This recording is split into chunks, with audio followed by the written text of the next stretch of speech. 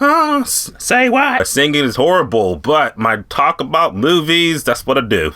So welcome. We're back again for more Final Destination, guys. We're on Final Destination 3. We're just about 2 movies away from talking about the newest movie, Bloodlines. Can't wait for it. Can't wait. You've been on the ride this long. You know we're talking about Final Destination 3. I got Rashad with me again. We're talking about all these movies, the good and the bad. What's crazy about the first 2 movies, I don't know what he thinks about this new one because, well, I didn't watch his footage yet. So I'm just being honest. I don't know what he thinks. So I'm going in as a go. As far as how I feel about the movie, I have a guilty pleasure with Final Destination 3. Mainly because I was a high schooler when this came out and the opening death was a roller coaster and shit. And I was all about roller coasters. I'm a thrill junkie like that. But the fact that someone could get killed on a roller coaster just made me you would think I'd be no more coasters for me. One of the characters said something that sticks to me to this day, 2025.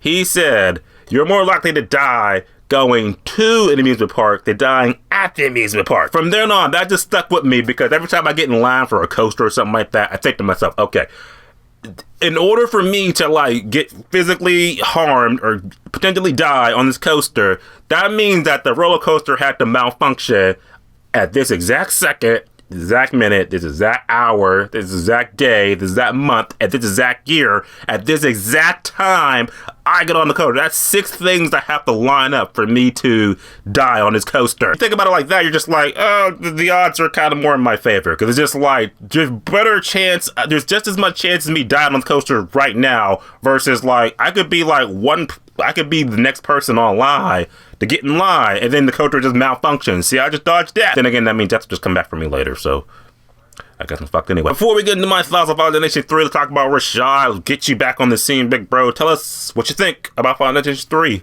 Take it away. Here we go, Final Destination 3.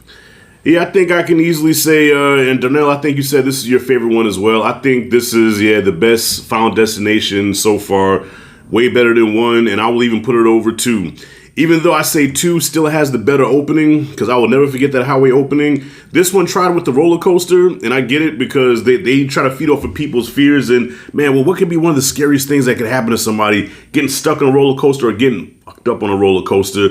And so the scene was still effective, but I think this 2 had a better opening. That's just me. But overall, this one did everything better. The characters were passable, not really annoying. And look here, come on, at this point, once you've seen one, you've seen them all. You know that there's a formula to this. You have somebody that has a premonition. They stop the event. The event, the cause and effect comes back to haunt them. Death comes back to haunt them. It takes them out one by one. You even know the order that people are going to die in. You already know that the final girl's going to live to the end, or is she? You know what I'm saying? Something always ends up happening. Cliffhanger, boom, next movie. So there is a formula to these movies, and this is very, very predictable. But I still had a very good time watching this because I was laughing.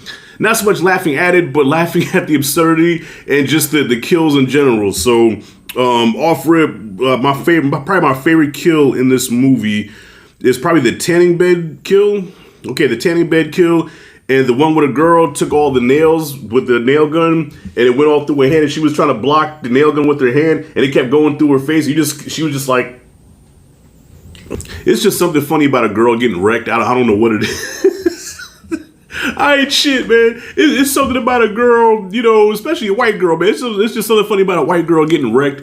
I think about Jason Takes Manhattan, where remember when the girl was trying to run from Jason and he grabbed her by the robe and she was able to get out the robe and she had everything flopping out and then she went head first, the momentum pushed her body, she went head first into the mirror, bam, and they kind of did one of those numbers like she was catching the Holy Ghost. Crazy. So yeah, this time around, I don't have as many complaints as the first 2 movies. At this point, this movie knows what it is. It's self-aware. It has fun, I ain't gonna lie, a lot of times I was checking out because when they started bantering between each other and, of course, nobody believes her. So when it came to that stuff, I was kind of checking out. I was kind of on my phone because it's okay, this movie could have been maybe 30 minutes or an hour long. Just get to the fucking kills. Who cares about this other shit? We don't care about that. We just want to see the cool kills. You know what I mean? That goes for all of them. And Tony Todd's not in here, even though he's the voice of the devil. But you don't see Candyman's face. All right, I had a problem with that. But other than that, man, this was a good time. Had fun with it, and that's all I gotta say, man. So yeah, I think I gave a C+. This one, I bump it up to a B. I say this is a B movie, and I have a feeling it's gonna be downhill from here because I haven't seen the other ones, but so far this one is the best. And that's it. And that's all. Darnell, continue to suck this movie off, man. Peace. At this part of the video where I say, Rashad, how could you say that? Or Rashad, I agree with your thoughts. But like I said, I didn't see his footage, so I'm not going to say anything. What I will say, Final Destination 3, like I said, it's a guilty pleasure for me. Because again, the plot for this movie, stopped me from this before. Person gets a vision of like, oh, some type of disaster's going to happen. But this time she does save her friends. And the disaster happens. So now Death's got to clean up the mess and kill off some folks. That's the movie. For many sequels to come, that's the formula. I will say the good in this movie for me is the fact that I feel like the deaths got way more elaborate, and that makes it more fun to watch. At least on the big screen for me, because I said, this is the type of like movies you go to the movies for to like just watch and be like, okay, here it comes. My truck literally like rolling down the hill and their characters are trying to get out of the car because they're stuck in the drive-thru and shit, to a dude in the gym and all these things are happening all around him and stuff like that, and then he gets his face smashed. It's just like, I like the build-up and the anticipation of the death. This is the movie in the franchise, I feel like that's like the hook now, where it's like, okay, we're going to build up the death, build it up, things are happening, and then the death just happens, and then you're like, oh shit, wow. A lot of people got blood in their face in this movie, like that person who does like the splat machine, you know, I don't know how that looked on camera. It looked probably a lot sexual, but I'm not editing it out.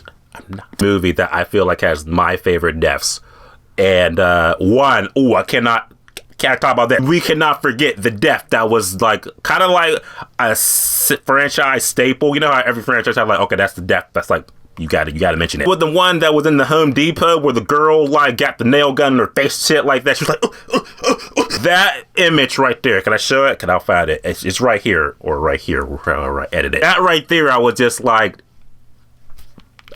that's Final Destination. That is Final Destination right there. That's it. The highway pile up in that scene. That's Final Destination. That's it. As you can tell about my voice, I'm very excited for this entire franchise. 3 is my guilty pleasure favorite because that's the one I watched like a lot, because that's the one that was always playing on USA during Halloween time. We'll talk about the rest of the movies in the franchise because 4, it's not good. And being honest, it ain't good. Final Destination 3, you can watch all of them on HBO Max if you got it. And of course, Bloodline comes out in theaters, especially this Friday. We're going to see it Thursday and talk about shit and talk about everything with that movie. So yeah, thanks again, Rashad, for being on my channel. We'll see both of you in the next video. And as always, subscribe. Until next time.